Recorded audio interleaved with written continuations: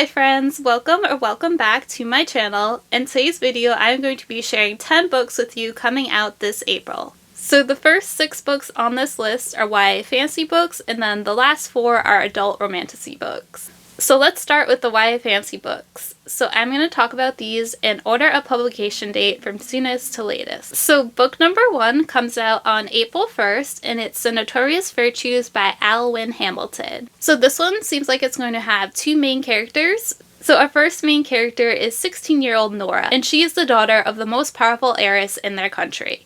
Her family controls all the money and all the power, but despite this, Nora has always felt like an outsider in her family, and then one day her mother is found dead in an alley. And now the family fortune and throne are up for grabs, and Nora finds herself suddenly thrust into a magical competition that will determine the heir. And then our second main character is Lottie. She is the illegitimate daughter of Nora's aunt, and Nora's aunt goes to pick her up from the convent that she abandoned her at in order to force her to enter this competition so she can get the throne for herself. However, adding to all of that, Nora soon finds out that her mother's death wasn't an accident, that it might have been a murder. And the only person that can help her find out the truth about her mother's death is a young reporter that hates Nora and her entire family and everything that they stand for. And so our story goes from there. Book number 2 also comes out on April 1st. And it's Sunlight Playing Over a Mountain by Selina Lee B. So this one is a contemporary YA book, but with fancy elements and magical realism. This one just has like a very unique premise, and I'm going to read the description of this because I think it describes it better than I could. So the description reads, Jasmine Chen has grown up on stories spun by her beautiful, free-spirited mother. Together they're the phoenix and dragon. Jasmine's father is the god Pangu, creator of the heavens and earth. Her mother may have boyfriends, but Jasmine chases them away. For her mother, love brings chaos, sleepless nights, and frightening episodes, and it's Jasmine's job to keep their home life stable, especially now that a social worker has started to keep tabs on them. When the sudden arrival of Cal, her mother's old flame, fractures their delicate world, events unfold that will send Jasmine on a cross-country journey to the West Coast and into her past. Trapped in a tangle of fantasy and reality, Jasmine becomes determined to find the truth, even while her mother's refusal to be honest drives a deeper wedge between them. Will the crack in their fantasy destroy her or finally let the light in? So this one just sounds like it's going to be a very unique coming-of-age story. It also says that this book is perfect for fans of Emily X.R. Penn, and I've actually read one of her books, An Arrow to the Moon, and I really enjoyed this. And the fact that Sunlight Playing Over a Mountain might have similar vibes makes me even more intrigued. So book number 3 also comes out on April 1st, and is Give Up the Night by PC Cass and Kristin Cass. And this is the final book in the Moonstruck duology. So the series follows 2 best friends, Ren and Lee, and in their world there is moon magic, but not everyone has magic, and so the people who have magic keep it a secret from the normal people who do not. And Lee is from a prestigious magic family, and he has magic. And Ren, on the other hand, while her parents have magic, she doesn't have magic. Or at least that's what she thinks. But at the beginning of the book, she suddenly develops magical powers. And so then her and Lee go off to a magic school for the summer. And while they're at the school, they end up uncovering some dark secrets about it. And then the first book ended on a cliffhanger. And then the second book will continue and conclude their story. So book number 4 comes out on April 15th, and it's Nahia by Emily Jones. So this book is described as a sweeping romantic epic set in the wild and dangerous world of prehistoric Europe. So this book takes place in Spain 8,000 years ago, and our main character is Nahia, and she is supposed to become the leader of her people, but then she speaks aloud a forbidden truth. And as a punishment, she ends up being exiled and apprenticed to a shaman. And so now instead, her sister will become the next leader of their people. And so Nahia goes off with this shaman, who is a young man, and begins training. And she ends up having a vision that shows her that her people are in terrible danger and that they need her. And so now she has to figure out how she can save her people. And so our story goes from there. And this one, the author is an archaeologist, which I think will give this one a very interesting perspective. Also, since it is described as a romantic epic, I am guessing that our love interest is probably going to be Nahia's shaman teacher, because he is described in the description as a young man. So book number 5 comes out on April 29th, and it is The Floating World by Axie. And this is the first book in a duology. So our story follows 2 main characters. Our first main character is Suno, who is an ex-soldier and lives in the underworld, a land of perpetual darkness. And he really can't remember much of his life from before 2 years ago. And in order to make meets ends, he does odd jobs that just barely help him survive.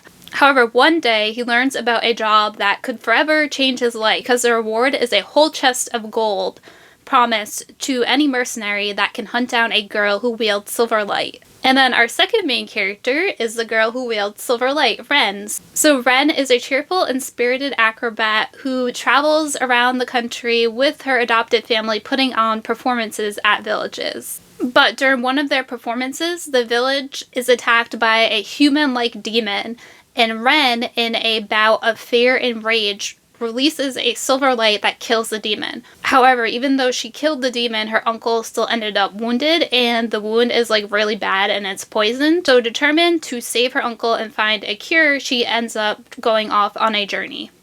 And on her journey, she ends up running into Sunho, and the two of them end up traveling together, and of course, he doesn't know that she is the girl that he is looking for. And so I'm really excited for this one. This one is probably the YA fantasy book on this list that I am the most excited for.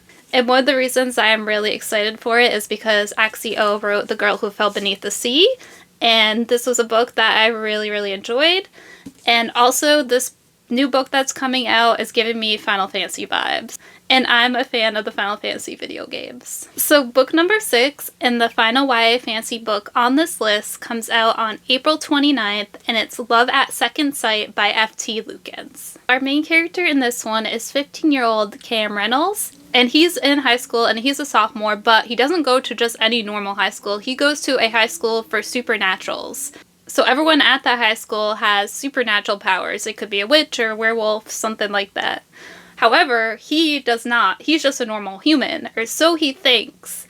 But then, one day, he has a vision of the future. So it turns out that he's not normal after all, but that he is actually a clairvoyant. And unfortunately, his vision was of a girl being murdered. So now him, along with his friends, have to figure out who the killer was and find them and stop them before it happens. So now let's talk about the remaining 4 books on this list, which are all adult romantasy books, and they all come out on the same day, April 8th.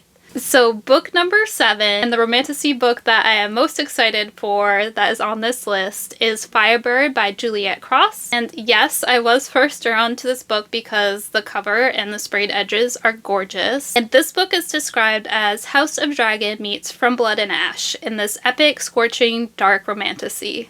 This book follows 2 main characters. Our male love interest is Julianus, and he is a Roman general, the nephew of the emperor, and also a dragon shifter. And then our second main character is Melina, who is a dancer. And Julianus and Melina had an encounter like years ago before the story starts.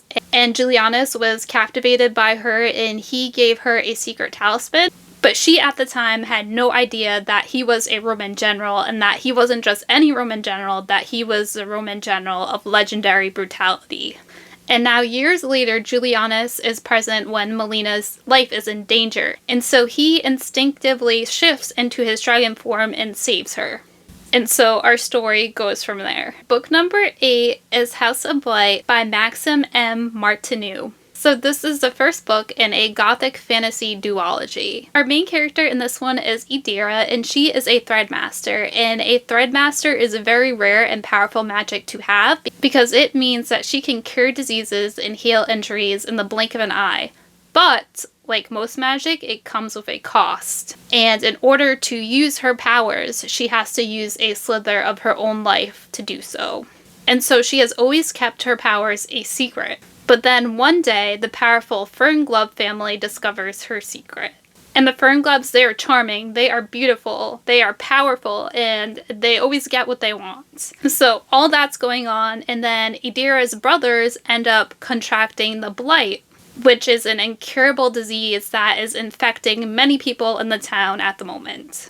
And unfortunately, the illness is too strong for Idira to heal both of them. But then Orin of the Fernglove family offers to help her. So Idira ends up staying at his manor, and so he is researching the disease and slowing down its progress while she is practicing her magic. But the other Ferngloves are suspicious of her and her magic. And while Idira is staying at the manor, she begins to uncover some unsettling secrets about the family. So this one sounds really fascinating and also is giving me the same vibes as One Dark Window by Rachel Gillig, which I really loved this book.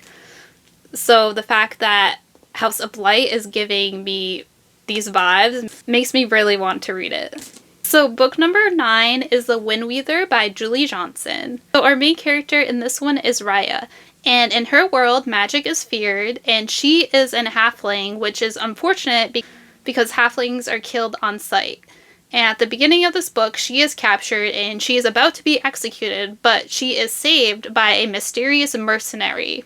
And her mercenary savior is a commander, and apparently he is more scary than her would-be killers. And she ends up finding out that she is no ordinary halfling, that she is actually a remnant, which means that she is one of 4 souls scattered across their world who are fated to restore the balance of magic to their world or die trying. So now she must learn to master her magic, but to make things even more complicated, she also has to deal with her growing feelings for the mercenary who saved her. So book number 10, and the final book on this list, is The Gods Time Forgot by Kelsie, Sheridan, Gonzalez. So this one is described as Irish mythology collides with Gilded Age New York in the sweeping debut enemies to lovers historical romantasy perfect for fans of Outlander and a fate inked in blood. So this one takes place in Manhattan, 1870, and it has dual perspectives. Our first main character is Rua. And she only knows 2 things, her name and that she doesn't remember anything else. And then the wealthy Sheridan family ends up mistaking her for Emma, their missing daughter. So Rua ends up going along with the charade and pretending to be Emma because she's hoping that maybe in the process she'll learn who she actually is. And then she ends up being drawn to a man who is off limits, the Lord of Denor, and he is a newcomer to Upper Manhattan society. But the strange thing is that he seems familiar to her somehow. And then our second main character is the Lord of Denor, Finn, who as a newcomer is trying to make the right friends in the right places and is just trying to play by the rules of society. And so he knows that it's probably not a good idea to get involved with Emma, who is actually Rua, but he can't help but be drawn to her, and he feels like that he has met her before. And then eventually Rua's memories start to return, but it turns out that they are memories of a place that is very strange and very different from New York, and that they are rooted in dark magic. So our story goes from there. Alright, so those are 10 books coming out this April. Let me know down below which ones caught your eye. Thank you so much for watching. Until next time, bye!